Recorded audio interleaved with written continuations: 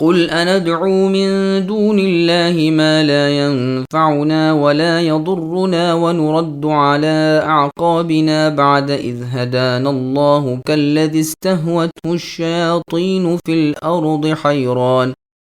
له أصحاب يدعونه إلى الهدى ائتنا قل إن هدى الله هو الهدى وأمرنا لنسلم لرب العالمين وأن أقيموا الصلاة واتقوه وهو الذي إليه تحشرون وهو الذي خلق السماوات والأرض بالحق ويوم يقول كن فيكون قوله الحق وله الملك يوم ينفخ في الصور عالم الغیب والشہادۃ وهو الحکیم الخبیر۔ اے نبی آپ کہہ دیجئے کہ کیا ہم اللہ تعالیٰ کے سوا ایسی چیز کی عبادت کریں کہ نہ وہ ہم کو نفع پہنچائے اور نہ وہ ہم کو نقصان پہنچائے، اور کیا ہم الٹے پھر جائیں بعد اس کے کہ ہم کو اللہ تعالیٰ نے ہدایت کر دی ہے؟ جیسے کوئی شخص ہو کہ اس کو شیطانوں نے کہیں جنگل میں بے راہ کر دیا ہو اور وہ بھٹکتا پھرتا ہو، اس کے کچھ ساتھی بھی تھے کہ وہ اس کو ٹھیک رستے کی طرف بلا رہے ہیں کہ ہمارے پاس آ۔ آپ اے نبی کہہ دیجئے کہ یقینی بات ہے کہ راہ راست وہ خاص اللہ ہی کی راہ ہے، اور ہم کو یہ حکم ہوا ہے کہ ہم پورے مطیع ہو جائیں پروردگار عالم کے، اور یہ کہ نماز کی پابندی کرو اور اللہ سے ڈرو، اور وہی ہے جس کے پاس تم سب جمع کیے جاؤ گے، اور وہی اللہ ہے کہ جس نے آسمانوں اور زمین کو بے فائدہ پیدا نہیں کیا، اور جس وقت اللہ تعالیٰ اتنا کہہ دیں گے کہ تو ہو جا، پس وہ ہو پڑے گا۔ اللہ کا کہنا با اثر ہے، اور جب کہ سور میں پھونک ماری جائے گی ساری حکومت خاص اللہ ہی کی ہوگی، وہ اللہ جاننے والے ہیں پوشیدہ چیزوں کے اور ظاہر چیزوں کے، اور وہی ہے بڑی حکمت والے، پوری خبر رکھنے والے۔ سامعین، اب ان آیتوں کی تفسیر سماعت کیجیے۔ مشرکوں کو فیصلہ کن جواب۔ مشرکین نے مسلمانوں سے کہا تھا کہ دین محمد صلی اللہ علیہ وسلم کو چھوڑ دو، تو اللہ تعالیٰ نے یہ آیت اتاری کہ کہہ دو، کیا میں اللہ تعالیٰ کو چھوڑ کر ان بتوں کی پرستش کروں جو نہ نفع بخشتے ہیں نہ ضرر، اور کیا کفر اختیار کر کے ہم الٹے پاؤں پھر جائیں؟ حالانکہ اللہ تعالیٰ نے ہمیں روشنی دے دی ہے۔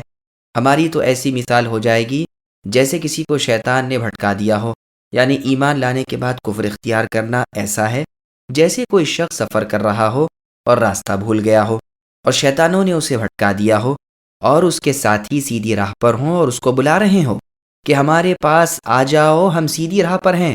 اور وہ انکار کر گیا ہو۔ یہ وہ شخص ہے کہ جو نبی صلی اللہ علیہ وسلم کو اچھی طرح جاننے کے باوجود گمراہوں کی پیروی کر کے کافر ہو جائے، تو نبی صلی اللہ علیہ وسلم اس کو سیدھی راہ پر بلا رہے ہوں۔ یہ راہ اسلام کی راہ ہے۔ قل اندعو، اس میں بتوں اور بت پرستوں کی مثال بیان کی گئی ہے، اور ان لوگوں کی جو ہدایت الہی کی طرف بلاتے ہیں۔ جیسے کوئی راستے سے بھٹک گیا ہو اور کوئی پکارنے والا اسے پکارتا ہو کہ اے فلاں تو راستے کی طرف آ، اور اس کے دوسرے ہم سفر بلا رہے ہوں کہ بھٹکو نہیں، ہماری طرف سیدھی راہ پر آؤ، پس اگر وہ پہلے داعی کی سن لے تو وہ اس کو لے جا کر ہلاکت کے گڑھے میں ڈال دے گا،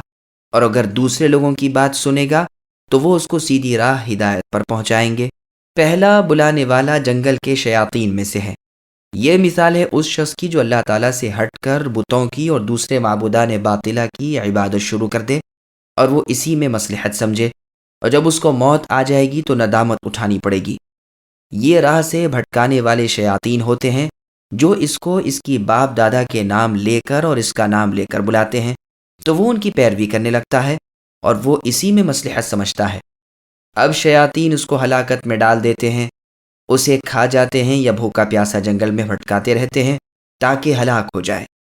حیران سے حیران ہے، جیسے کہ کوئی شخص بھٹکا ہوا حیران پھر رہا ہو۔ ابن عباس رضی اللہ عنہما کہتے ہیں اللہ تعالیٰ کی ہدایت کو قبول نہیں کرتا وہ شیطان کی اطاعت کرنے والا اور گناہ کے کام کرنے والا شخص مراد ہے۔ اس کے ساتھ ہی حالانکہ اس کو ہدایت کی طرف دعوت دیتے رہتے ہیں، اللہ تعالیٰ کہتے ہیں کہ یہ شیطان کا بھٹکایا ہوا، اور وہ ہے جس کے اولیاء انسان ہیں۔ ہدایت اللہ تعالیٰ کی ہدایت ہے، اور گمراہی وہ ہے کہ جس کی طرف شیطان بلاتا ہے۔ اس کو ابن جریر رحمہ اللہ نے روایت کیا ہے۔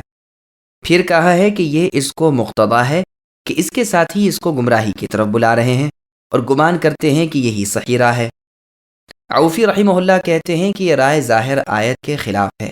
اس لیے کہ اللہ تعالیٰ نے فرمایا ہے کہ اس کے ہمسفر ساتھی اس کو ہدایت کی طرف بلاتے ہیں، پس یہ جائز نہیں کہ اس کو گمراہی قرار دیا جائے، حالانکہ اللہ تعالیٰ نے تو خبر دی ہے کہ وہ ہدایت ہے۔ اور یہ بات تو وہی ہے جو ابن جریر رحمہ اللہ نے کہا کہ سیاق عبارت اس بات کی مقتضا ہے کہ کالذی استہوتہ الشیاطین فی الارض حیران، یہ حال ہونے کی وجہ سے نصب کے محل میں ہے، یعنی حیرت و ضلالت و جہل کی حالت میں، اور اس کے اصحاب اسی راہ پر چل رہے ہیں، تو انہوں نے اس کو اپنی ہی راہ پر چلایا اور اپنے اسی راستے پر آنے کے لیے کہا جس کو اللہ تعالیٰ نے مثال کے طور پر فرمایا۔ اب تقدیر کلام یوں ہوئی کہ وہ ان کے بلانے پر انکار کرتا ہے اور ان کی طرف توجہ نہیں کرتا، اور اگر اللہ چاہتے تو اس کو ہدایت فرماتے اور اس کو سیدھی راہ پر پھیر دیتے۔ اسی لیے فرمایا کہ ہدی اللہ هو الہدی، جیسا کہ فرمایا کہ جس کو اللہ تعالیٰ ہدایت کرے اس کو کوئی گمراہ نہیں کر سکتا، اور فرمایا کہ ان کے راہ پر آنے کے کتنے ہی حریص کیوں نہ ہوں، اللہ تعالیٰ جس کو گمراہ کر دیں اس کو کون راہ پر لائے، اور نہ ان لوگوں کا کوئی مددگار ہے۔ پھر ارشاد ہوتا ہے کہ وَأُمِرْنَا لِنُسْلِمَ لِرَبِّ الْعَالَمِينَ، یعنی ہمیں حکم ہے کہ خلوص سے اللہ کی عبادت کریں اور نماز پابندی سے پڑھیں اور اللہ تعالیٰ سے ڈریں اور ہر حال میں پرہیزگار بنے رہیں، اور اللہ کی طرف سب قیامت میں اٹھائے جائیں گے۔ اللہ ہی نے آسمانوں اور زمین کو اعتدال کے ساتھ پیدا کیا، وہ ان کے مالک اور مدبر ہیں۔ وہ قیامت کے روز صرف کن کہیں گے اور طرفۃ العین یعنی آگ جھپکنے جتنی دیر میں سب چیزیں از خود دوبارہ وجود میں آ جائیں گی۔ یہاں یوم یقول کن فیکون میں یوم کے لفظ کو نصب ہے، یا تو واتقوہ پر عطف قرار دے کر جس کی تقدیر یوں ہوگی واتقوا یوم یقول کن فیکون، یعنی ڈرو ان دنوں سے، یا یہ کہ نصیب ہوگا، اس بنا پر کہ خلق السماوات پر عطف ہے، یعنی ڈرو اس دن سے جس روز وہ کہیں گے کن۔ چنانچہ ابتدائے خلق اور اعادہ خلق کا ذکر ہوا اور یہی زیادہ مناسب بھی ہے، یا یہ کہ نصب ہوگا اس بنا پر کہ فعل یہاں مقدر رکھا گیا ہے، تو تقدیر یوں ہوئی کہ یاد کرو اس دن کو جب اللہ تعالیٰ کہیں گے کن، یعنی وذکر یوم یقول کن، اور اس سے پہلے خلق یوم یقول کن تھا۔ پھر ارشاد باری تعالیٰ ہے کہ قولہ الحق ولہ الملک، یہ دو جملے ہیں، ان دونوں جملوں کا محل جر ہے، اس بنا پر کہ دونوں لفظ رب العالمین کی صفت واقع ہوئے ہیں، اور قول باری تعالیٰ یوم ینفخ فی الصور محتمل ہے کہ یہ بدل ہو و یوم یقول کن فیکون یوم ینفخ فی الصور کا، اور یہ بھی احتمال ہے کہ ظرف ہو وَلَهُ الْمُلْكُ یوم ینفخ فی الصور کا، جیسا کہ فرمایا ہے لمن الملک اليوم للہ الواحد القہار، یعنی آج سلطنت کس کی ہے؟ واحد قہار اللہ کی سلطنت ہے، جیسا کہ فرمایا الملک یومئذ الحق للرحمن وکان یوما علی الکافرین عسیرا، اس روز رحمان یعنی اللہ مہربان کی سلطنت برحق ہے اور وہ دن کافروں پر بڑا ہی سخت ہوگا۔ سور اسرافیل کی حقیقت اور ہولناکی۔ مفسرین نے یوم ینفخ فی الصور میں اختلاف رائے کیا، بعض نے کہا ہے کہ سور جمع ہے سورہ کی۔ ابن جریر رحمہ اللہ کہتے ہیں کہ جس طرح سور شہر کی شہر پناہ کو کہتے ہیں اور یہ سورہ کی جمع ہے، اور صحیح تر یہ ہے کہ سور سے مراد وہ قرن ہے جس کے اندر اسرافیل علیہ السلام پھونکیں گے۔ ابن جریر رحمہ اللہ کہتے ہیں کہ صحیح وہی ہے جس پر حدیث نبوی صلی اللہ علیہ وسلم سے روشنی پڑتی ہے۔ چنانچہ سنن نبی داؤد میں ہے کہ ایک اعرابی نے رسول اللہ صلی اللہ علیہ وسلم سے پوچھا تھا کہ سور کیا چیز ہے، تو رسول اللہ نے فرمایا تھا کہ قرن جس میں پھونک کر بجاتے ہیں۔ وَإِذْ قَالَ إِبْرَاهِيمُ لِأَبِيهِ آزَرَ أَأَتَّخِذُ أَصْنَامًا آلِهَةً إِنِّي أَرَاكَ وَقَوْمَكَ فِي ضَلَالٍ مُبِينٍ وَكَذَلِكَ نُرِي إِبْرَاهِيمَ مَلَكُوتَ السَّمَاوَاتِ وَالْأَرْضِ وَلِيَكُونَ مِنَ الْمُوقِنِينَ فَلَمَّا جَنَّ عَلَيْهِ اللَّيْلُ رَأَى كَوْكَبًا قَالَ هَذَا رَبِّي فَلَمَّا أَفَلَ قَالَ لَا أُحِبُّ الْآفِلِينَ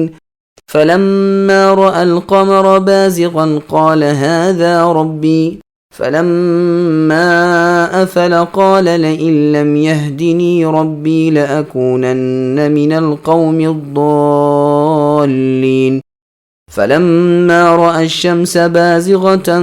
قال هذا ربي هذا أكبر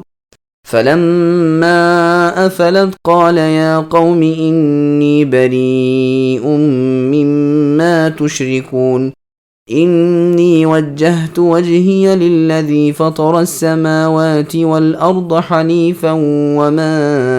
أنا من المشركين۔ اور وہ وقت بھی یاد کرنے کے قابل ہے جب ابراہیم علیہ السلام نے اپنے باپ آزر سے فرمایا کہ کیا تو بتوں کو معبود قرار دیتا ہے؟ بے شک میں تجھ کو اور تیری ساری قوم کو صریح غلطی میں دیکھتا ہوں، اور ہم نے ایسے ہی طور پر ابراہیم علیہ السلام کو آسمانوں اور زمین کی مخلوقات دکھلائیں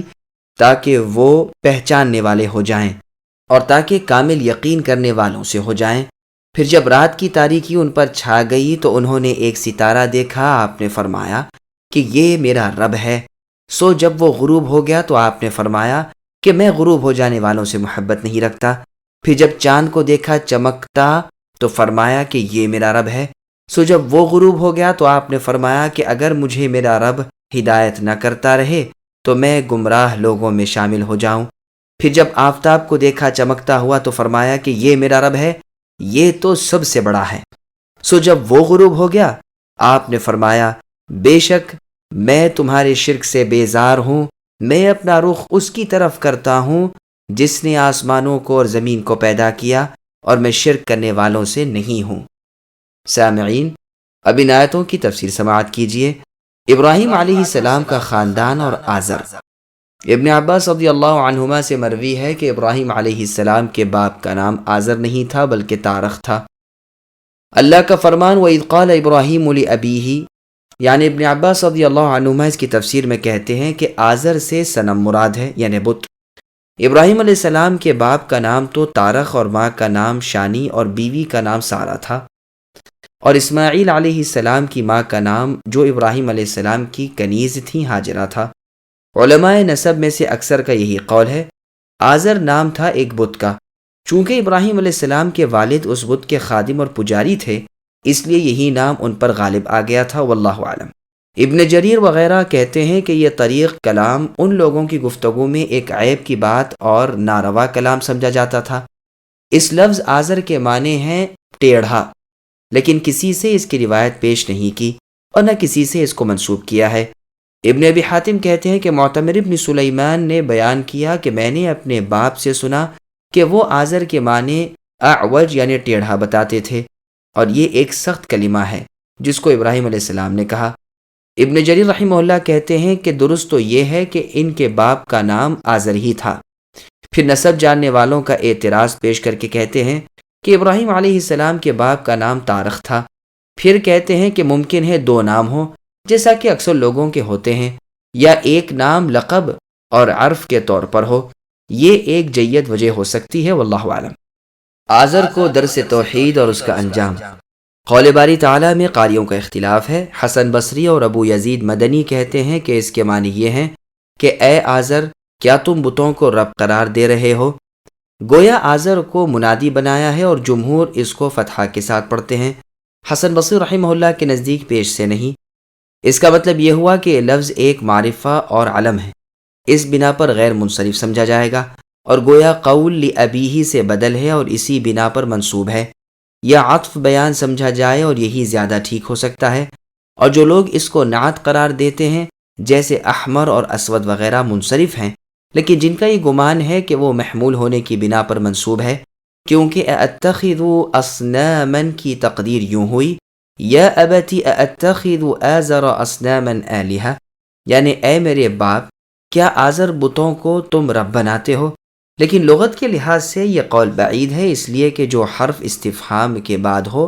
وہ اپنے ماقبل پر عمل نہیں کیا کرتا ہے، کیونکہ اس حرف استفہام کے لیے تو صدر کلام چاہیے۔ ابن جریر وغیرہ نے اس کی تقریر و تصدیق کی ہے اور قواعد عربیہ میں یہی مشہور ہے۔ مقصود یہ ہے کہ ابراہیم علیہ السلام نے اپنے باپ آزر کو نصیحت کی، عبادت اصنام یعنی بتوں کی عبادت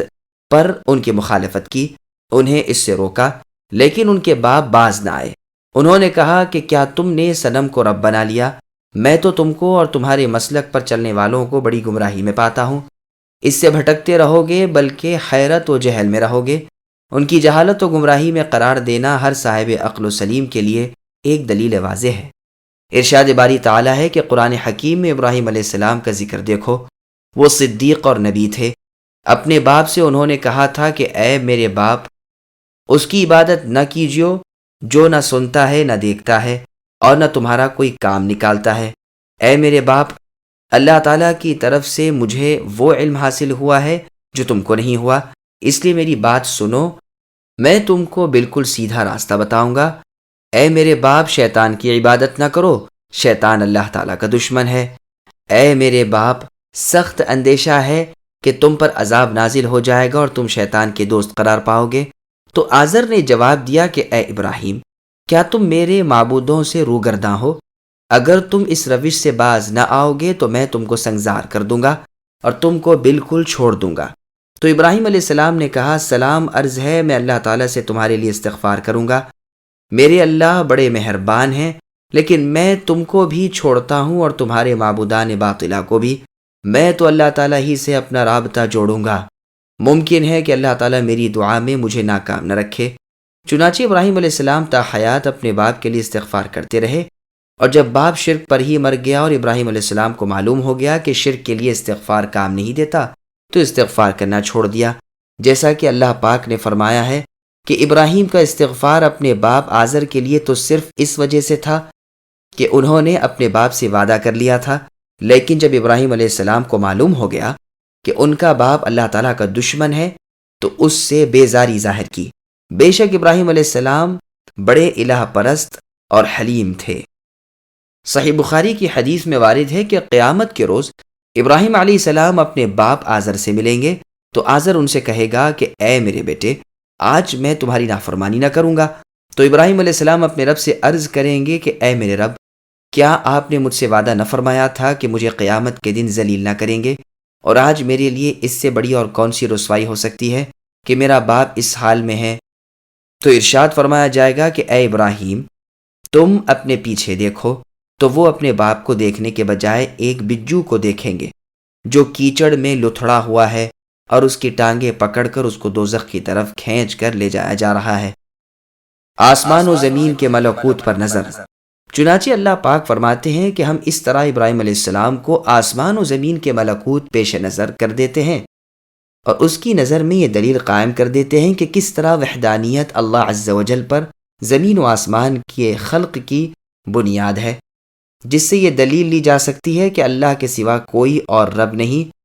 ایسی ہی دلالت فی النظر کو ملکوت کہتے ہیں، کیونکہ دلالت فی النظر سب سے پہلے ابراہیم علیہ السلام ہی کو حاصل رہی، جیسا کہ فرمایا اولم ينظروا فی ملکوت السماوات والارض،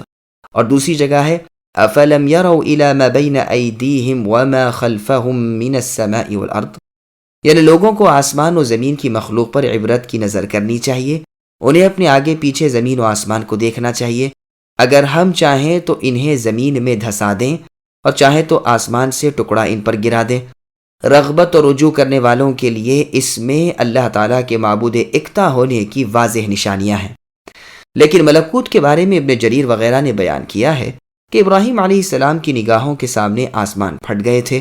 اور ابراہیم علیہ السلام آسمان کی سب چیزوں کو دیکھ رہے تھے، یہاں تک کہ ان کی نظر عرش تک پہنچی اور ساتوں زمینیں ان کے لیے کھل گئیں اور وہ زمین کے اندر کی چیزیں دیکھنے لگے۔ بعض نے اس مضمون کا بھی اضافہ کیا ہے کہ وہ لوگوں کے معاصی کو بھی دیکھنے لگے تھے اور ان گنہگاروں پر بد دعا کرنے لگے تھے۔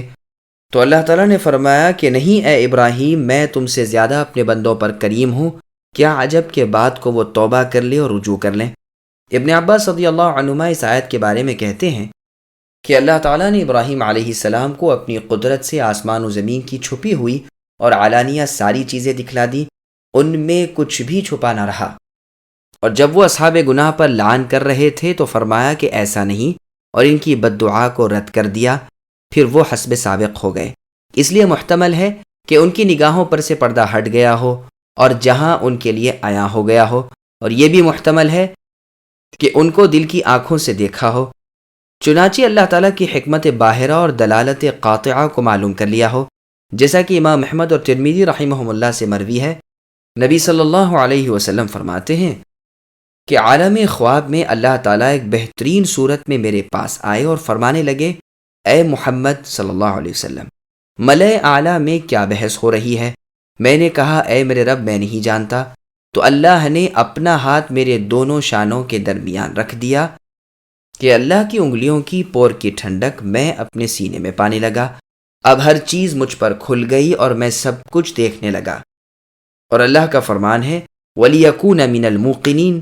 اس میں کہا گیا ہے کہ اس آیت میں واو زائدہ ہے۔ اس کی تقدیر یوں ہوئی ہے کہ ملکوت السماوات والارض لیکون من الموقنین، یعنی بغیر واو کے، جیسا کہ اس آیت میں وَكَذَلِكَ نُفَصِّلُ الْآيَاتِ وَلِتَسْتَبِينَ سَبِيلُ الْمُجْرِمِينَ۔ اس میں الیات کے بعد واو زائد ہے۔ یہ بھی کہا گیا ہے کہ زائد نہیں ہے بلکہ سابقہ بات کی بنیاد پر بات کو اٹھایا گیا ہے، یعنی ہم نے ابراہیم پر ملکوت ظاہر کر دیا تاکہ وہ دیکھے اور یقین بھی کر لے۔ اب قول باری ہے کہ جب تاریک رات ہو گئی تو ابراہیم علیہ السلام نے جب ستارے کو دیکھا تو کہا یہ میرا رب ہوگا، لیکن جب وہ غائب ہو گیا تو کہا کہ ڈوب جانے والوں کو تو میں پسند نہیں کرتا، نہ غائب ہو جانے والی چیز اللہ تعالیٰ ہو سکتی ہے۔ قتادہ رحمہ اللہ کہتے ہیں کہ ابراہیم علیہ السلام نے جان لیا کہ اللہ تعالیٰ وہ ہونا چاہیے جو زائل نہ ہو۔ پھر جب چاند کو روشن دیکھا تو کہا یہ میرا اللہ ہوگا۔ وہ بھی ڈوب گیا تو کہا یہ بھی اللہ تعالیٰ نہیں۔ اگر اللہ تعالیٰ جو سچے ہیں میری رہنمائی نہ فرمائیں گے تو میں گمراہی ہو جاؤں گا۔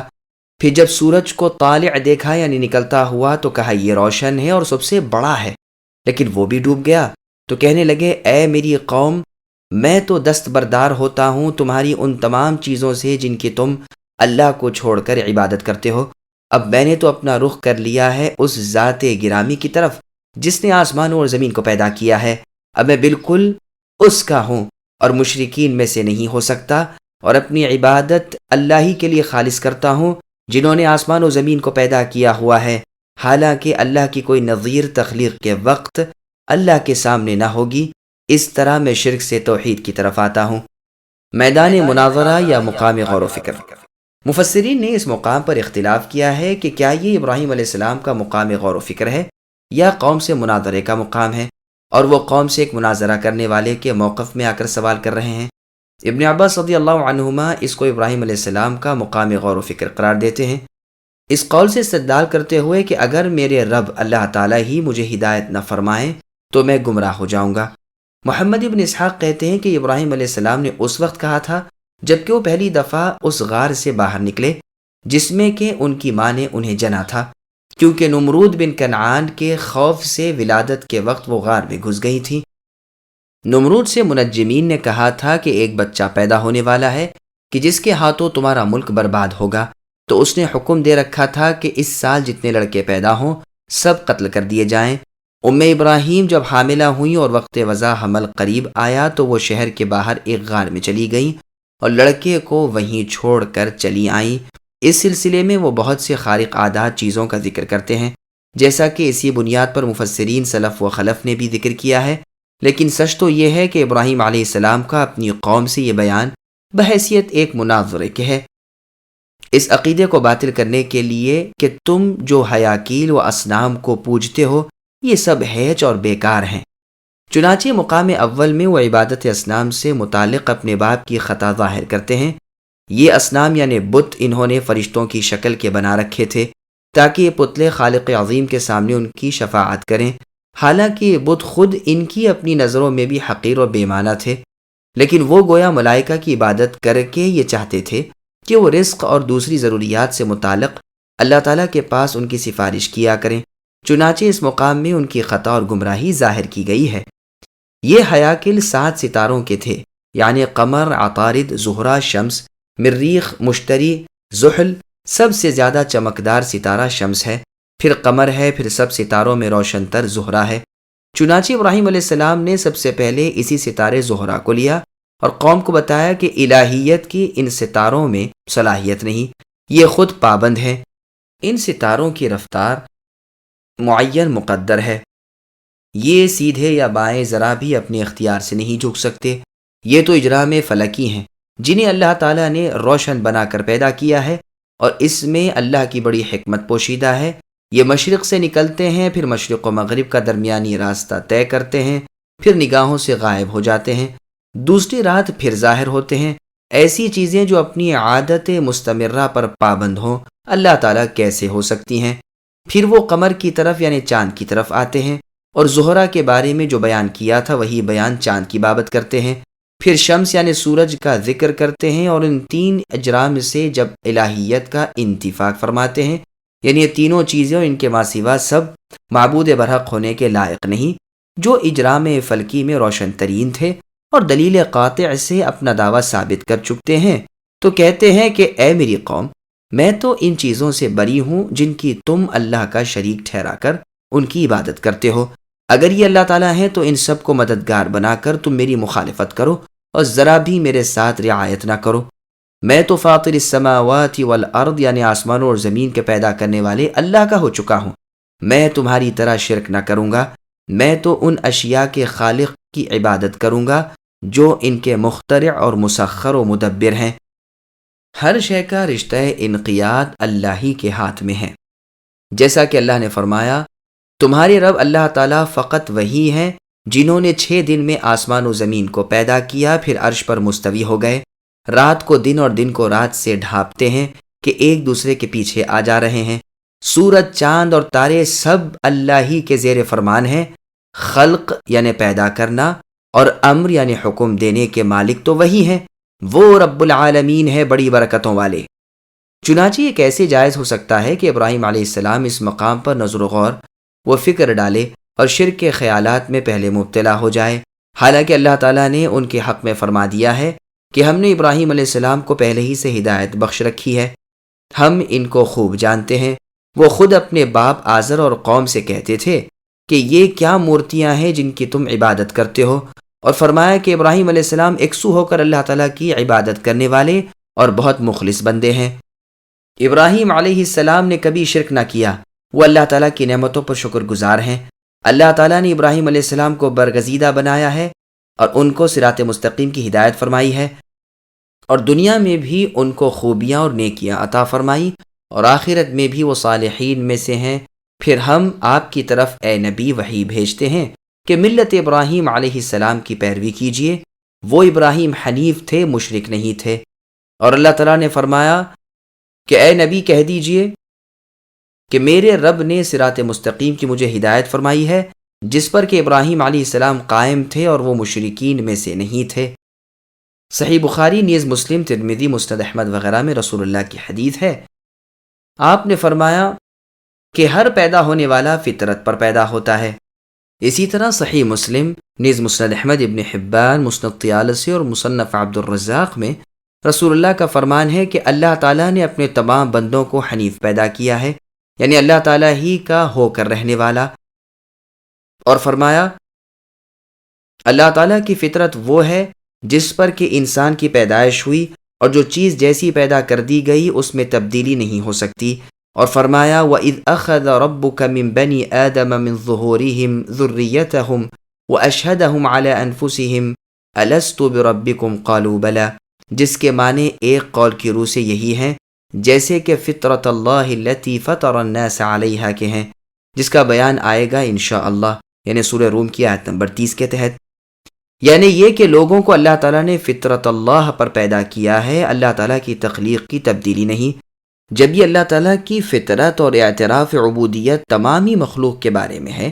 تو ابراہیم خلیل اللہ علیہ السلام کے بارے میں کیسے نہ ہو، اور وہ اللہ شناسی کے بارے میں متفکر اور متردد کیسے ہو سکتے ہیں؟ وہ تو فطرت سلیم کے لحاظ سے بہترین ہستی تھے۔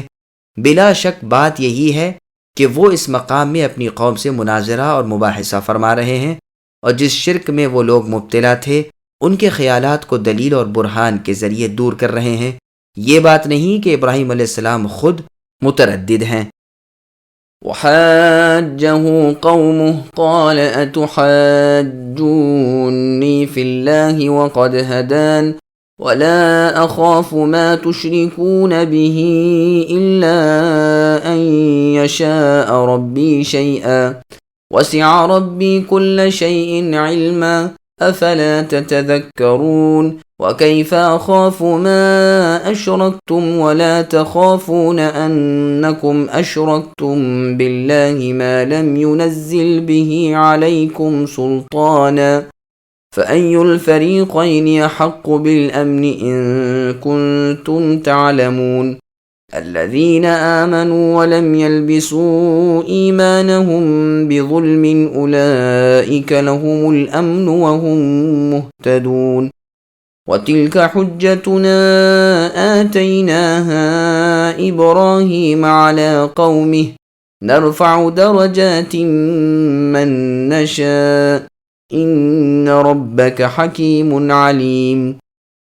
اور ان سے ان کی قوم نے حجت کرنا شروع کی کہ آپ نے فرمایا کیا تم اللہ تعالیٰ کے معاملے میں مجھ سے حجت کرتے ہو،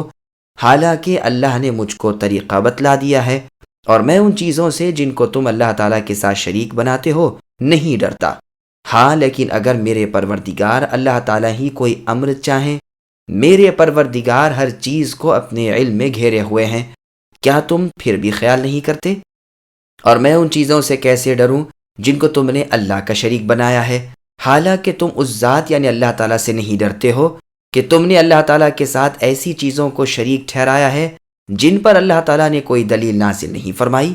سو ان دو جماعتوں میں سے امن کا زیادہ مستحق کون ہے؟ اگر تم خبر رکھتے ہو تو بتاؤ۔ جو لوگ ایمان رکھتے ہیں اور اپنے ایمان کو شرک کے ساتھ نہیں ملاتے، ایسوں ہی کے لیے امن ہے اور وہی راہ پر چل رہے ہیں۔ اور یہ ہماری حجت تھی، وہ ہم نے ابراہیم علیہ السلام کو ان کی قوم کے مقابلے میں دی تھی۔ ہم جس کو چاہتے ہیں مرتبوں میں بڑھا دیتے ہیں۔ بے شک اے نبی آپ کے رب بڑی حکمت والے، بڑے علم والے ہیں۔ سامعین اب ان آیتوں کی تفسیر سماعت کیجیے۔ مشرکوں کے سامنے کھری کھری توحیدی باتیں۔ اللہ پاک اپنے خلیل ابراہیم علیہ السلام کے بارے میں ذکر فرماتے ہیں جبکہ آپ توحید سے متعلق اپنی قوم سے مناظرہ کر رہے تھے، اور آپ اپنی قوم سے فرما رہے تھے کہ کیا تم اللہ تعالیٰ کے بارے میں مجھ سے جھگڑ رہے ہو؟ وہ اللہ تو ایک ہیں، اکیلے ہیں، تنہا ہیں۔ وہ مجھے حق کی طرف بصیرت و ہدایت فرما چکے ہیں اور میں اللہ کی یکتائی پر دلائل رکھتا ہوں۔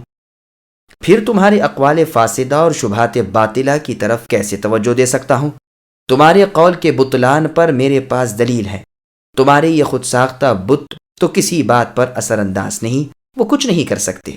میں نہ ان سے ڈرتا ہوں نہ ذرہ بھر ان کی پرواہ کرتا ہوں۔ اگر یہ بت میرا کچھ بگاڑ سکتے ہیں تو اچھا بگاڑ کر دیکھیں،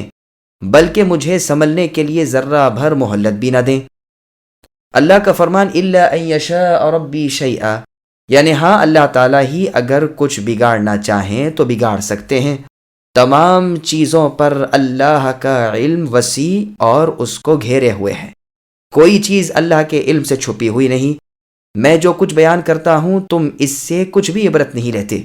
تاکہ ان کی عبادت سے باز آئیں۔ یہ صورت احتجاج بالکل ایسی ہی ہے جیسی ہود علیہ السلام نے اپنی قوم کے سامنے پیش کی تھی،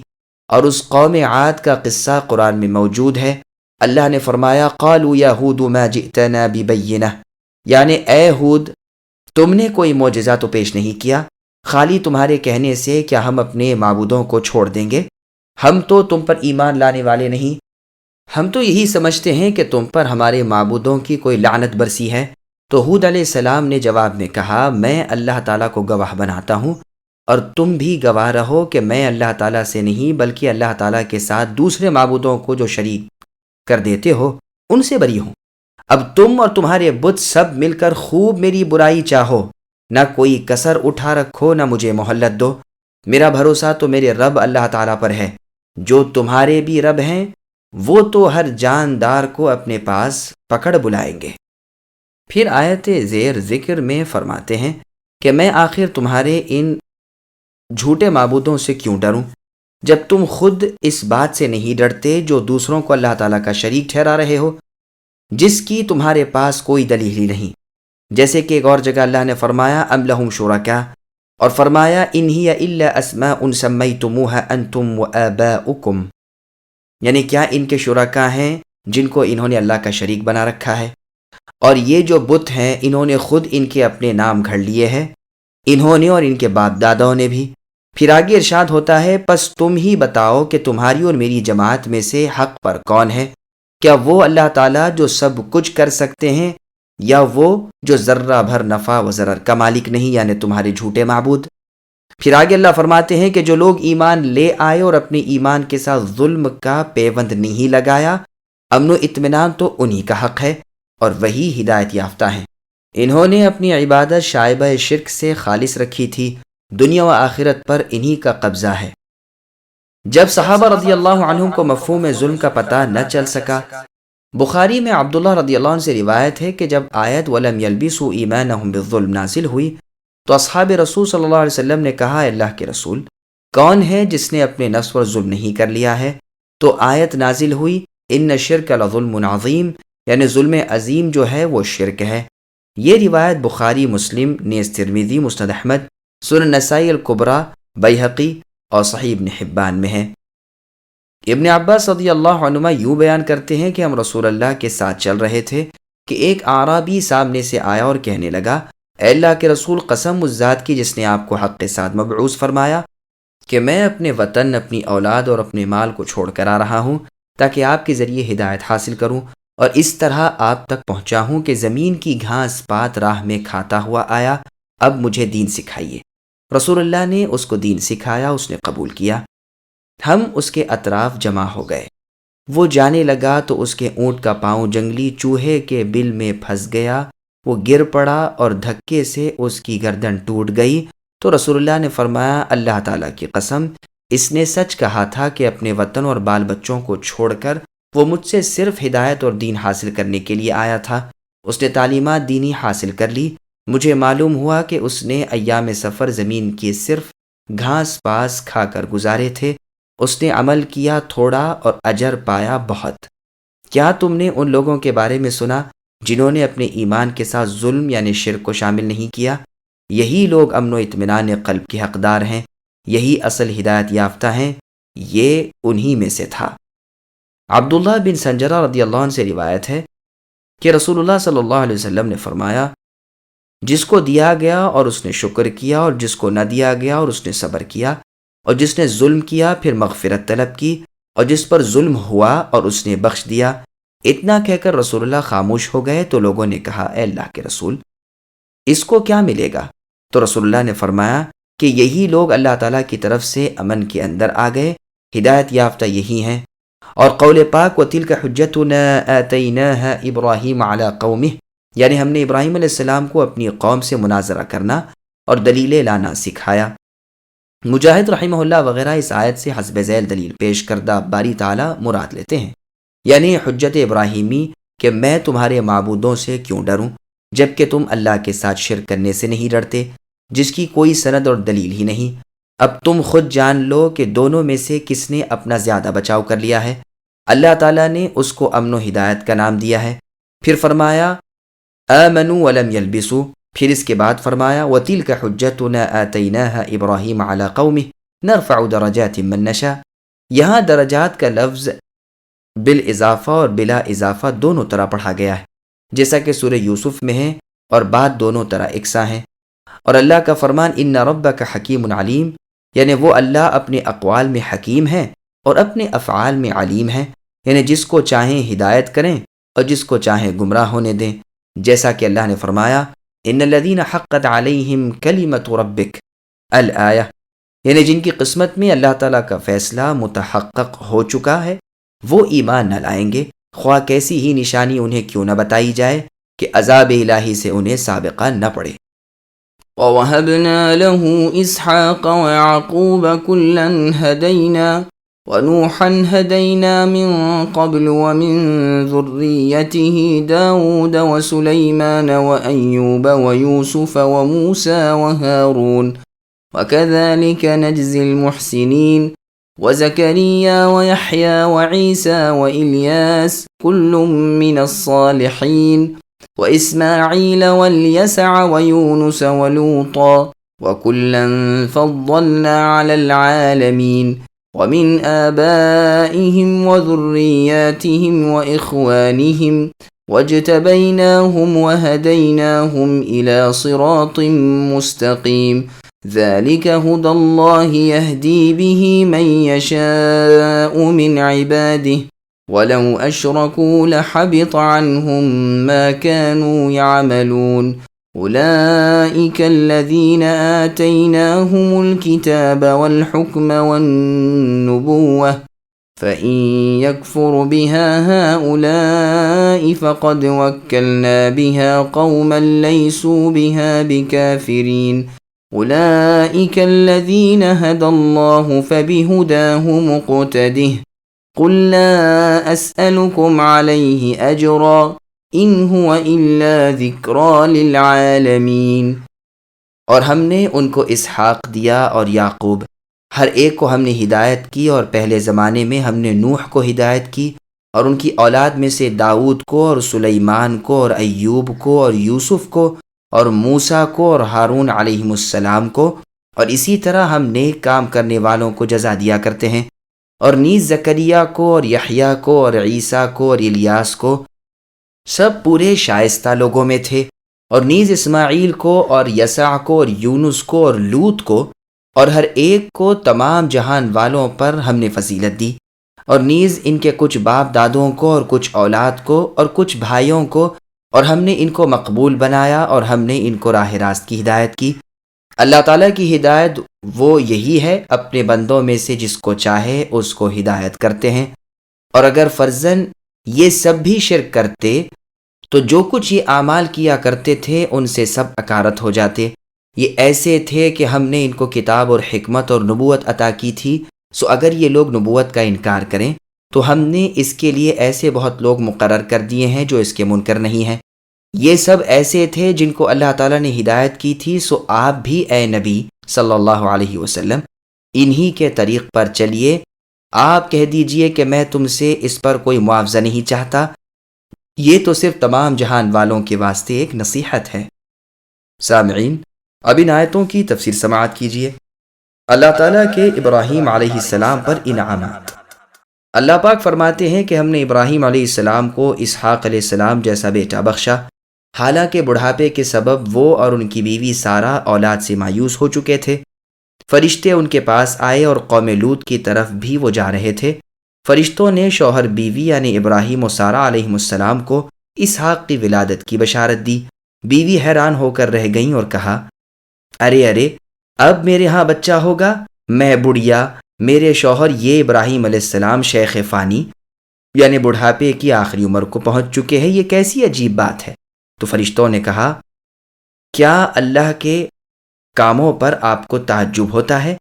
اے گھر والو، اللہ کی رحمت اور برکتیں تم پر ہیں۔ چنانچہ فرشتوں نے انہیں یہ بھی بشارت دی کہ وہ نبی بھی ہوگا اور اس کی نسل بھی بڑھے گی، یعنی فرمایا وبشرناہ باسحاق نبیا من الصالحین، اور یہ بڑی بشارت اور بڑی نعمت ہے۔ چنانچہ فرمایا فبشرناہ باسحاق ومن وراء اسحاق یعقوب، یعنی اس مولود اسحاق کو تمہاری حیات ہی میں لڑکا ہوگا اور تمہاری آنکھیں جیسے بیٹے سے ٹھنڈی ہوں گی، پوتے سے بھی ٹھنڈی ہوں گی، کیونکہ بقائے نسل کے ثبوت کے سبب پوتے کی ولادت سے خوشی اور بھی زیادہ ہوتی ہے۔ بوڑھے اور بڑھیا کی اولاد میں جب شک ہو سکتا ہے کہ ضعف کی وجہ سے ان کے بچے نہیں ہو سکتے، تو بیٹے اور پھر پوتے جس کا نام یعقوب ہوگا اس کی خوشی کیسے نہ ہوگی۔ یعقوب کا اشتقاق عقب سے ہے، یعنی اسحاق کے بعد ان کے عقب میں بھی آنے والا۔ یہ صلہ ہے ابراہیم علیہ السلام کا، جس نے اپنے وطن اور قوم کو چھوڑا، ان کے شہروں سے ہجرت کر کے اللہ کی عبادت کی خاطر دور دراز چل دیے۔ اس کی جزا ان کی صلبی اولاد صالحین تھی، تاکہ ان سے ان کی آنکھیں ٹھنڈی ہوں، جیسا کہ فرمایا جب ابراہیم علیہ السلام نے اپنی قوم اور ان کے معبودوں کو چھوڑا تو ہم نے ان کو اسحاق و یعقوب عطا کیے اور دونوں کو نبی بنایا۔ اور یہاں فرمایا وَوَهَبْنَا لَهُ إِسْحَاقَ وَيَعْقُوبَ كُلًّا هَدَيْنَا، اور پھر فرمایا وَنُوحًا هَدَيْنَا مِن قَبْلِ، یعنی اس سے پہلے ہم نوح علیہ السلام کی ہدایت کر چکے تھے، اور ہم نے ابراہیم علیہ السلام کو صالح نسل عطا فرمائی، اور اسحاق اور پھر اسحاق کے بعد یعقوب، ان دونوں کو خصوصیت عظیمہ حاصل ہے۔ جب اللہ تعالیٰ نے سارے اہل زمین کو غرق کر دیا بجز ان کے جو نوح علیہ السلام پر ایمان لا چکے تھے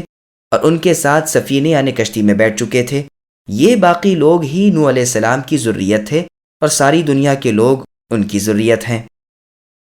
اور ابراہیم علیہ السلام کے ان کے بعد کوئی نبی نہیں ہوا بجز ان کے افراد کے جو ان کی ذریت میں تھے یعنی اولاد میں، جیسا کہ اللہ تعالیٰ نے فرمایا وَجَعَلْنَا فِي ذُرِّيَّتِهِ النُّبُوَّةَ وَالْكِتَابَ، یعنی ہم نے ابراہیم علیہ السلام کی اولاد ہی میں نبوت اور کتاب کا عطا کرنا و نازل کرنا رکھ دیا۔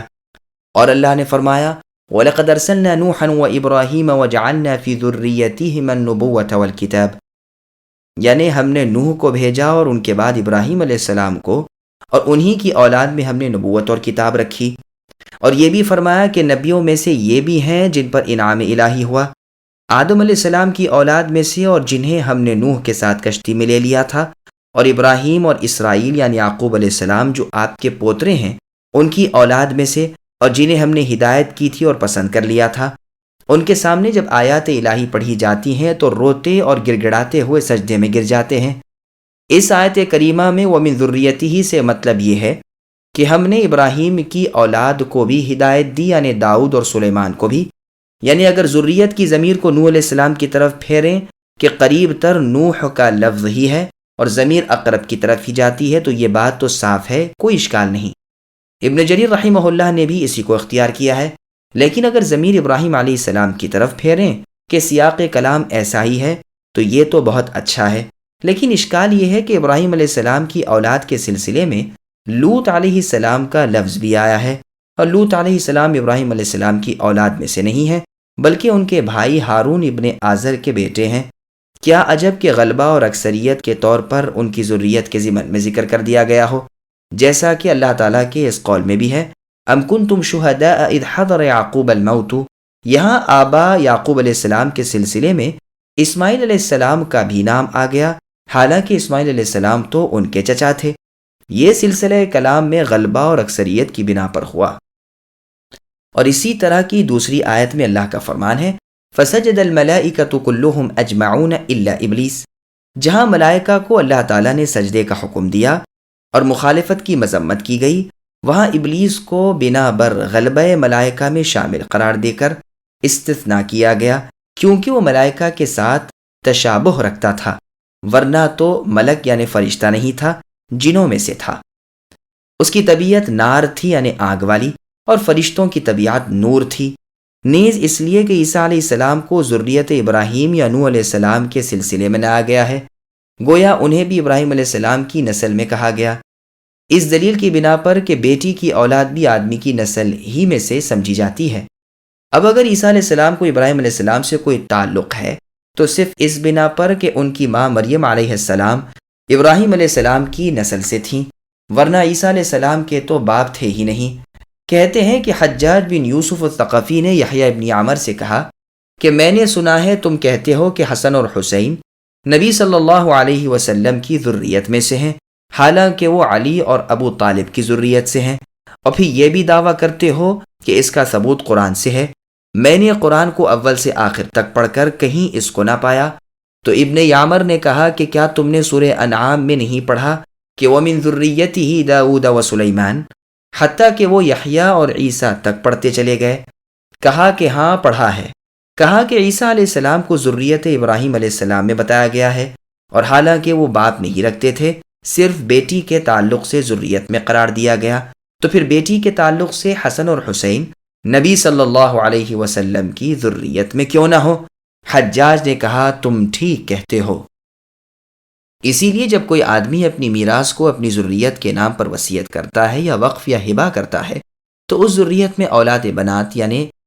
اس آدمی کی لڑکی کی اولاد بھی داخل سمجھی جاتی ہے، لیکن جب وہ اپنے بیٹوں کے نام سے دیتا یا وقف کرتا ہے تو خاص صلبی بیٹے ہی مستحق ہوتے ہیں یا پوتے۔ اور دوسروں نے تو کہا ہے کہ اس میں اولاد بنات یعنی آدمی کی اپنی بیٹی کی اولاد بھی داخل ہے، کیونکہ صحیح بخاری کی حدیث ہے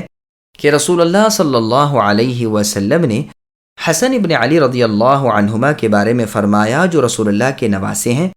کہ میرا یہ بیٹا سید ہے اور اللہ تعالیٰ اس کے ذریعے مسلمانوں کے دو بڑے فرقوں میں صلح کر دیں گے اور جنگ کا فتنہ دب جائے گا۔ چنانچہ حسن کو ابن کے لفظ سے تعبیر کیا، جو دلالت کرتا ہے کہ وہ اولاد میں داخل سمجھے جا سکتے ہیں۔ اور قول باری تعالیٰ وَمِنْ آبَائِهِمْ وَذُرِّيَّاتِهِمْ وَإِخْوَانِهِمْ، یہاں ان کی نسل اور نسب دونوں کا ذکر ہے، اور ہدایت و برگزیدگی ان سب پر شامل ہے۔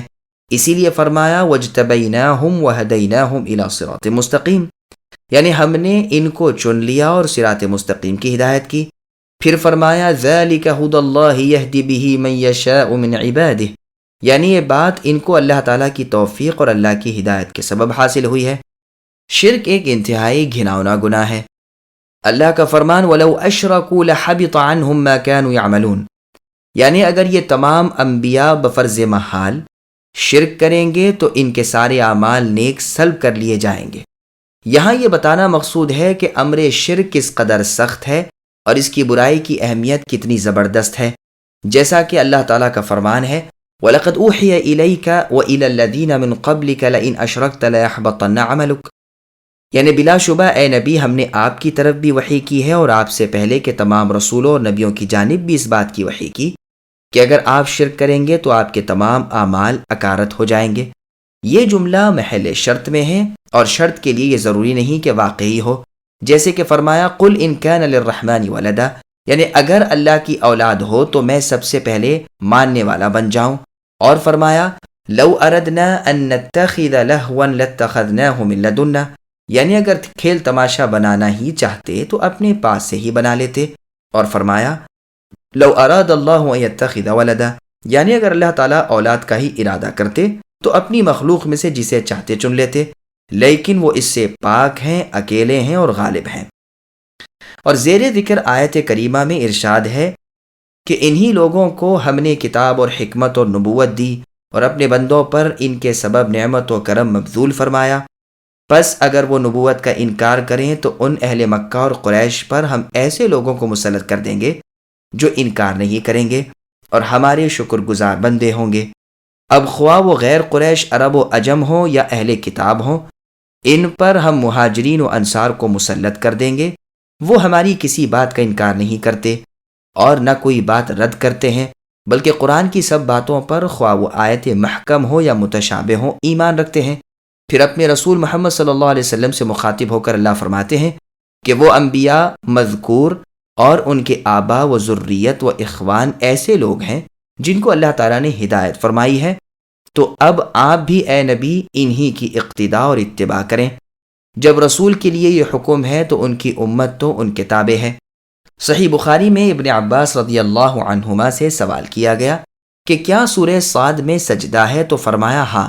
پھر یہ آیت تلاوت فرمائی وَوَهَبْنَا لَهُ إِسْحَاقَ وَيَعْقُوبَ فَبِهُدَاهُ مُقْتَدِهْ، پھر کہا کہ وہ انہی کے گروہ میں سے ہے۔ اور اللہ کا فرمان قُلْ لَا أَسْأَلُكُمْ عَلَيْهِ أَجْرًا،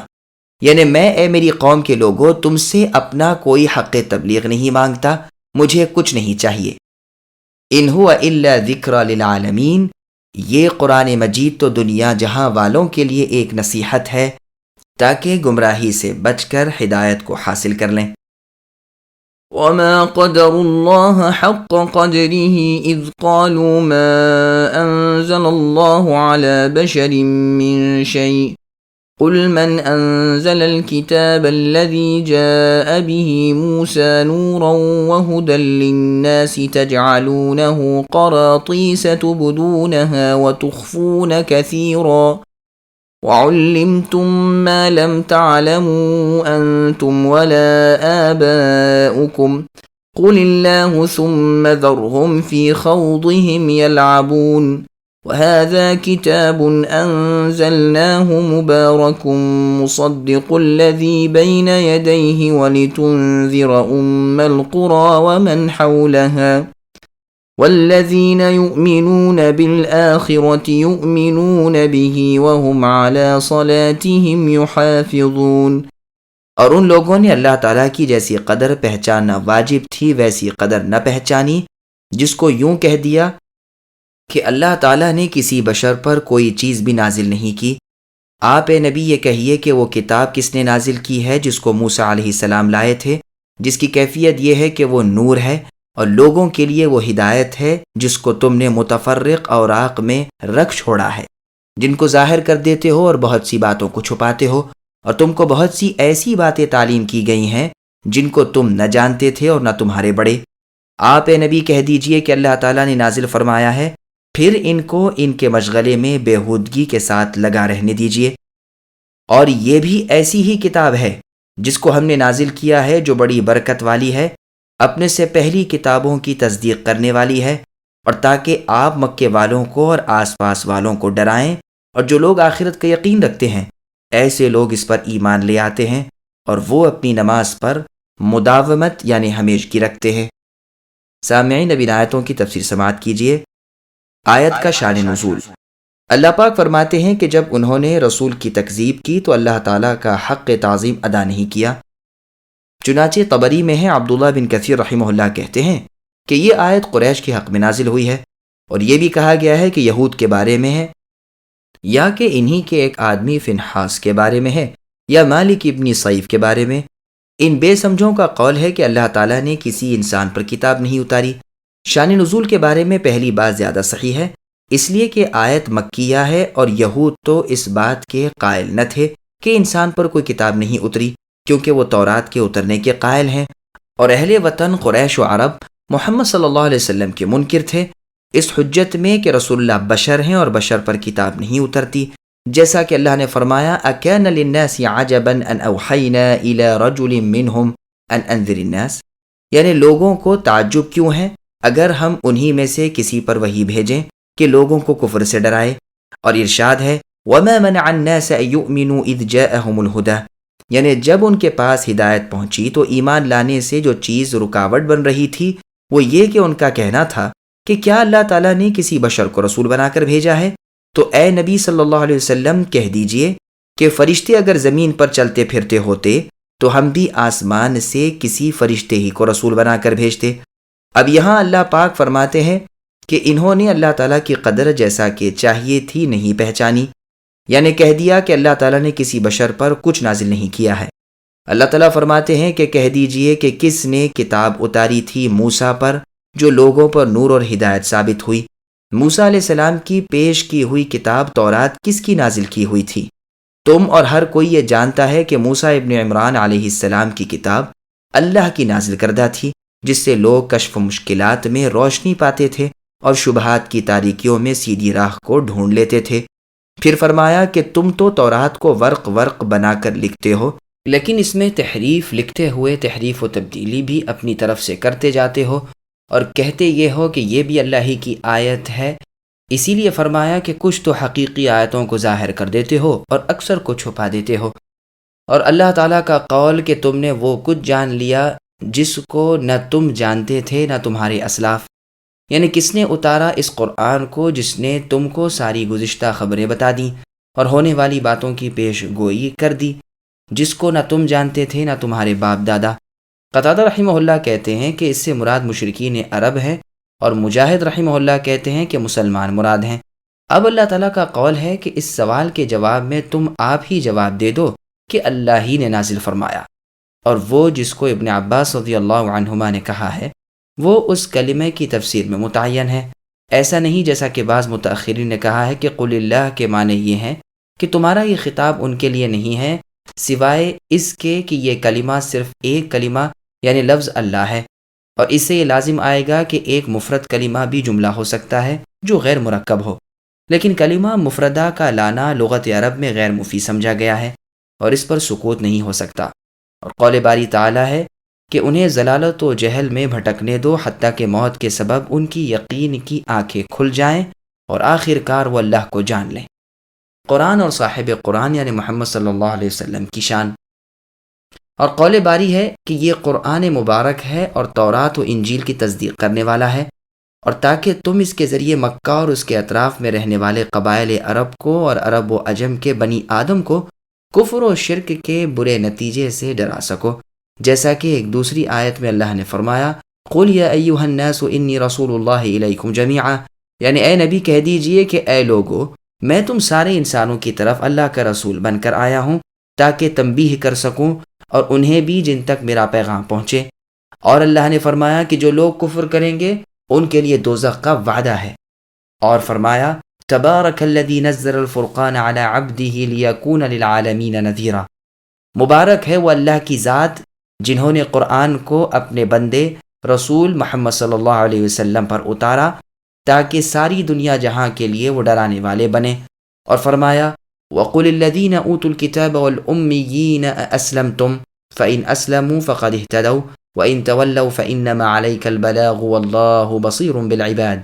یعنی اے نبی اہل کتاب اور ان ان پڑھ سبھی لوگوں سے کہہ دیجئے کہ اب بھی تم ایمان لاؤ گے یا نہیں؟ اگر وہ اسلام لائیں گے تو ہدایت پالیں گے، اور اگر روگردانی کریں گے تو کرنے دیجئے۔ آپ کا کام بات کو صرف ان تک پہنچا دینا تھا، اپنے بندوں سے اللہ خوب واقف ہیں۔ اور بخاری مسلم سے ثابت ہے کہ رسول اللہ صلی اللہ علیہ وسلم نے فرمایا کہ مجھے 5 چیزیں بخشی گئی ہیں کہ مجھ سے پہلے انبیاء میں سے کسی کو نہیں دی گئیں۔ انہی میں سے ایک یہ ہے کہ ہر نبی خاص اپنی ہی قوم کی طرف بھیجے جاتے تھے، اور میں ساری دنیا جہاں کے لوگوں کی طرف بھیجا گیا ہوں۔ اور اسی لیے اللہ نے فرمایا والذین یؤمنون بالآخرۃ یؤمنون بہ، یعنی ہر وہ شخص جو اللہ تعالیٰ پر ایمان لائے اور یوم آخرت پر، وہ اس مبارک کتاب یعنی قرآن مجید پر بھی ایمان لائے گا جو اے محمد صلی اللہ علیہ وسلم ہم نے آپ پر اتاری ہے۔ اور وہ مؤمنین ایسے ہیں کہ پابندی سے اپنی نماز ادا کرتے ہیں جو اللہ تعالیٰ نے اپنے اپنے اوقات میں ادا کرنے کے لیے ان پر فرض کر دی ہیں۔ ومن أظلم ممن افترى على الله كذبا أو قال أوحي إلي ولم يوح إليه شيء ومن قال سأنزل مثل ما أنزل الله ولو ترى إذ الظالمون في غمرات الموت والملائكة باسطوا أيديهم أخرجوا أنفسكم اليوم تجزون عذاب الهون بما كنتم تقولون على الله غير الحق وكنتم عن آياته تستكبرون وَلَقَدْ جِئْتُمُونَا فُرَادَى كَمَا خَلَقْنَاكُمْ أَوَّلَ مَرَّةٍ وَتَرَكْتُمْ مَا خَوَّلْنَاكُمْ وَرَاءَ ظُهُورِكُمْ وَمَا نَرَى مَعَكُمْ شُفَعَاءَكُمُ الَّذِينَ زَعَمْتُمْ أَنَّهُمْ فِيكُمْ شُرَكَاءُ لَقَدْ تَقَطَّعَ بَيْنَكُمْ وَضَلَّ عَنكُمْ مَا كُنتُمْ تَزْعُمُونَ۔ اور اس شخص سے زیادہ کون ظالم ہوگا جو اللہ تعالیٰ پر جھوٹ تہمت لگائے یا یوں کہے کہ مجھ پر وحی آتی ہے حالانکہ اس کے پاس کسی بات کی بھی وحی نہیں آئی، اور جو شخص یوں کہے کہ جیسا کلام اللہ تعالیٰ نے نازل کیا ہے اسی طرح کا میں بھی لاتا ہوں۔ اور اگر آپ اس وقت دیکھیں اے نبی جبکہ یہ ظالم لوگ موت کی سختیوں میں ہوں گے اور فرشتے اپنے ہاتھ بڑھا رہے ہوں گے، ہاں اپنی جانیں نکالو، آج تم کو ذلت کی سزا دی جائے گی اس سبب سے کہ تم اللہ تعالیٰ کے ذمے جھوٹی باتیں بکتے تھے اور تم اللہ تعالیٰ کی آیات سے تکبر کرتے تھے، اور تم ہمارے پاس تنہا تنہا آ ہی گئے جس طرح ہم نے اول بار تم کو پیدا کیا تھا، اور جو کچھ ہم نے تم کو دیا تھا اس کو اپنے پیچھے ہی چھوڑ آئے، اور ہم تو تمہارے ہمراہ تمہارے ان شفاعت کرنے والوں کو نہیں دیکھتے جن کی نسبت تم دعویٰ کرتے تھے کہ وہ تمہارے معاملے میں شریک ہیں، واقعی تمہارے آپس میں تو قطع تعلق ہو گیا اور وہ تمہارا دعویٰ سب تم سے گیا گزرا ہوا۔ سامعین، اب ان آیتوں کی تفسیر سماعت کیجیے۔ سب سے بڑا ظالم کون اور ظالموں کا انجام بد؟ اللہ پاک فرماتے ہیں کہ اللہ تعالیٰ پر جھوٹ باندھنے والے سے بڑھ کر اور کون ظالم ہوگا کہ وہ اللہ کے لیے شرکا یعنی شریک قرار دیتا ہے، یا اللہ کے اولاد قرار دیتا ہے، یا یہ دعویٰ کرتا ہے کہ اللہ تعالیٰ نے اس کو رسول بنا کر بھیجا ہے حالانکہ اللہ تعالیٰ نے نہیں بھیجا، اور اسی لیے فرمایا کہ وہ کہتا ہے کہ مجھ پر بھی وہی بھیجی گئی ہے حالانکہ نہیں بھیجی گئی۔ عکرمہ اور قتادہ رحمہم اللہ کہتے ہیں کہ یہ آیت مسیلمہ کذاب کے بارے میں اتری ہے، اور اس سے بڑھ کر ظالم کون ہے جو کہتا ہے کہ میں بھی ایسا قرآن نازل کر سکتا ہوں جیسا کہ اللہ تعالیٰ نے محمد صلی اللہ علیہ وسلم پر نازل فرمایا، یعنی اللہ تعالیٰ کی وحی کے ساتھ معارضہ کرتا ہے، جیسا کہ اللہ تعالیٰ نے فرمایا کہ جب ان کو ہماری آیتیں سنائی جاتی ہیں تو کہتے ہیں کہ ہم نے اسے سنا، لیکن اگر ہم چاہیں تو ایسا ہی ہم بھی کہہ سکتے ہیں۔ آیت زیر ذکر میں ارشاد ہے کہ کاش تم ان ظالموں کو سکرات اور قربات موت کے عالم میں دیکھتے جبکہ فرشتے مارنے کے لیے ہاتھ اٹھا رہے ہوں، جیسا کہ ایک دوسری جگہ اللہ نے قرآن مجید میں فرمایا لئن بسطت الی یدک، یعنی مجھے قتل کرنے کے لیے اگر تو اپنا ہاتھ اٹھائے بھی، قصہ حابیل و قابیل،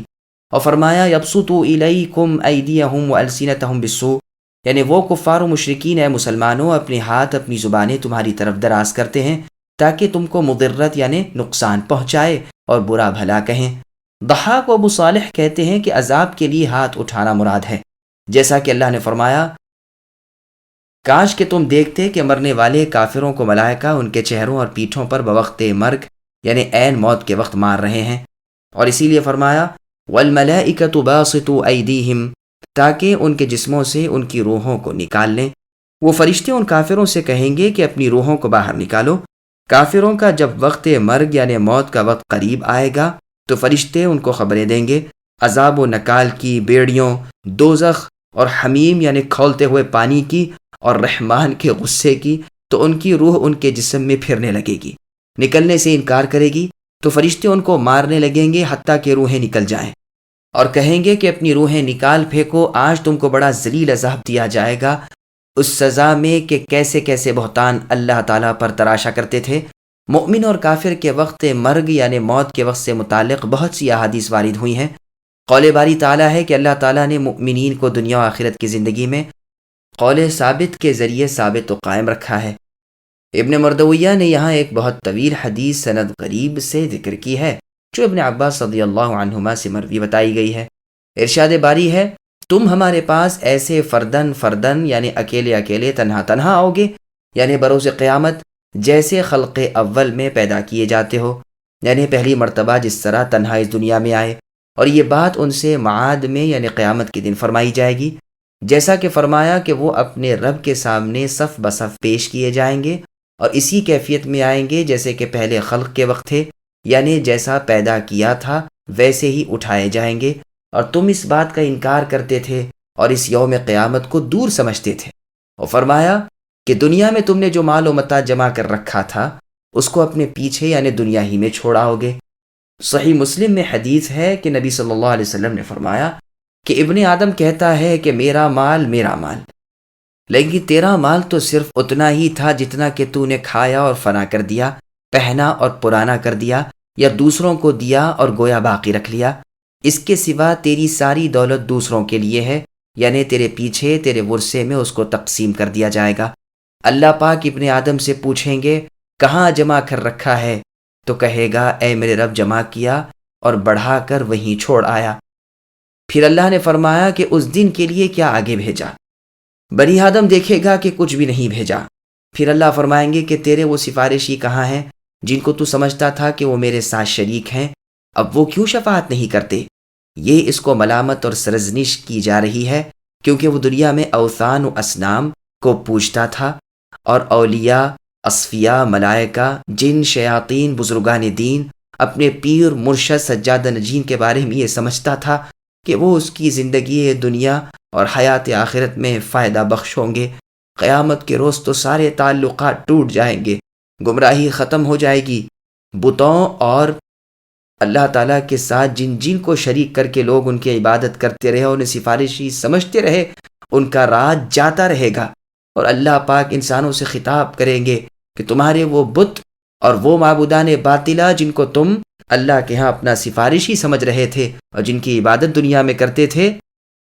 اب کہاں ہیں؟ جنہیں تم میرے شرکا قرار دیتے تھے۔ اور ان سے کہا جائے گا کہ اب تمہارے وہ معبودان باطل کہاں ہیں؟ وہ کیا تمہاری اس وقت کوئی مدد کر سکتے ہیں یا تم ان کی مدد کر سکتے ہو؟ اور اسی لیے فرمایا کہ تمہارے ساتھ اب وہ شرکا نہیں دکھائی دے رہے ہیں جنہیں تم میرے پاس شفیع سمجھتے تھے اور انہیں بھی مستحق سمجھتے تھے کہ ان کی عبادت کی جائے۔ پھر اللہ نے فرمایا کہ تمہارے آپس کے تعلقات اب سب قطع ہیں یعنی کٹ چکے ہیں۔ بینکم کو اگر رفع سے پڑھیں یعنی بینکم تو مراد یہ ہوگی کہ تمہاری جماعتیں توڑ دی جائیں گی، اور اگر نسب سے پڑھیں تو مطلب ہوگا کہ باہمی اسباب و تعلقات ختم ہو جائیں گے۔ اور اصنام و انداد یعنی جن کو تم نے اللہ کے علاوہ پوجا اور انہیں اللہ کے برابر شریک قرار دیا تھا، تم نے جو امیدیں قائم کر رکھی تھیں وہ سب جاتی رہیں گی۔ جیسا کہ اللہ نے فرمایا اس وقت یہ معبودان باطل اپنے متبعین سے بیزاری ظاہر کریں گے، عذاب کو اپنی آنکھوں سے دیکھ لیں گے، اور ان کے باہمی تعلقات نسب منقطع ہو جائیں گے، اور ان کے متبعین کہیں گے کہ کاش ہم پھر دنیا میں بھیجے جائیں تاکہ جس طرح ان معبودوں نے ہم سے بیزاری ظاہر کی ہے ہم بھی ان سے بیزار بنے۔ اے نبی دیکھیے تو صحیح اللہ پاک کس طرح ان کے اعمال ان پر حسرت بنا کر پیش کرتے ہیں، اب یہ آگ سے نکل نہیں سکتے۔ سورہ بقرہ آیت نمبر 166 اور سورہ مؤمنون کی آیت نمبر 101 میں فرمایا جب سور پھونک دیا جائے گا تو آپس میں حسب نسب کچھ باقی نہ رہے گا نہ کوئی باپ نہ کوئی بیٹا اور نہ کوئی ایک دوسرے کی پرسش کرے گا۔ اور سورہ عنکبوت کی آیت نمبر 25 میں فرمایا، تم جو دنیا میں ان کی پرسش کرتے تھے تو صرف دنیاوی زندگی میں محبت و مودت کی خاطر، پھر قیامت کے روز ایک دوسرے کا انکار کر بیٹھے گا اور آپس میں لعنت و ملامت کرنے لگیں گے۔ تمہارا ٹھکانہ دوزخ ہوگا اور کوئی تمہاری مدد کو نہ اٹھے گا۔ اور سورہ قصص کی آیت نمبر 64 میں فرمایا، اپنے شریکوں کو بلاؤ، وہ بلائیں گے تو ان کی طرف سے کوئی جواب نہ پائیں گے۔ اور سورہ انعام کی آیت نمبر 22 تا آیت کے آخر تک اللہ نے فرمایا کہ جس روز ہم ان سب کو اکٹھا کریں گے تو مشرکین سے ہم کہیں گے، اس سے متعلق قرآن میں کثیر التعداد آیتیں ہیں۔ اللہ ہم تمام مسلمانوں کو عقیدہ توحید کو سمجھ کر شرک اور اس کی تمام اقسام سے بچنے کی توفیق عطا فرمائے، اور قیامت کے دن کی ہولناکیوں سے ہمیں اپنی حفاظت میں رکھے اور ہمیں امن و امان بخشے، اور اس دن کی رسوائی سے ہمیں بچا لے۔